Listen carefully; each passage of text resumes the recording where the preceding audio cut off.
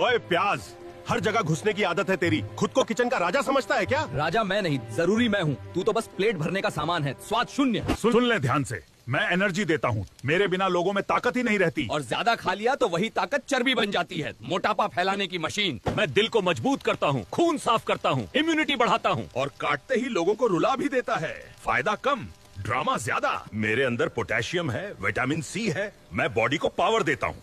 तेल में तला गया ना तो वही पावर जहर बन जाती है। मैं पाचन सुधारता हूँ, शरीर से गंदगी निकालता हूँ, समझा?